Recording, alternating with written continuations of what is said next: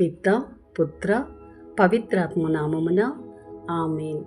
ఈరోజు మార్చి 3వ తారీఖు. మత్తయి సువార్త 23వ అధ్యాయము 1వ వచనము నుండి 12వ వచనం వరకు.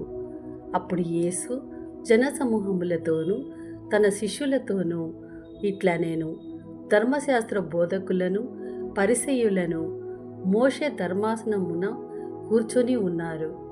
కాబట్టి వారి క్రియలను గాక వారి ఉపదేశములను అనుసరించి పాటింపుడు. ఏలన వారు బోధించున్నది వారే ఆచరింపరు. వారు మోయ సాధ్యం కాని భారములను ప్రజల భుజములపై మోపుదురే కాని ఆ భారములను మోయు వారికి సాయపడుటకు తమ చిటికెన వ్రేలైనను కదపరు. తమ పనులెల్లా ప్రజలు చూచుటకై చేయుదురు. ధర్మసూత్రములను వారు మైదాల్పులుగా ధరింతురు. అంగీ అంచులు పొడవు చేసుకొందురు. విందులందు అగ్రస్థానములను ప్రార్థనా మందిరములందు ప్రధానాసనములను కాంక్షింతురు.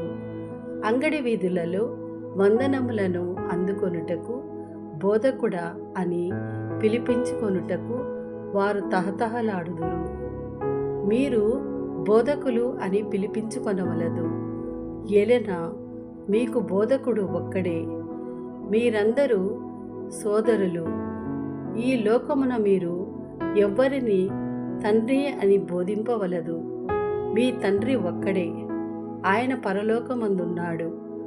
మీరు గురువు అని పిలిపించుకొనవలదు.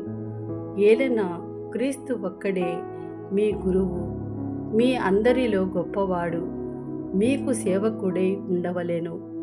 తనను తాను హెచ్చించుకొనువాడు తగ్గింపబడును, తనను తాను తగ్గించుకొనువాడు హెచ్చింపబడును. ఇది ప్రభుని వాక్కు. సర్వేశ్వరునికి వందనములు.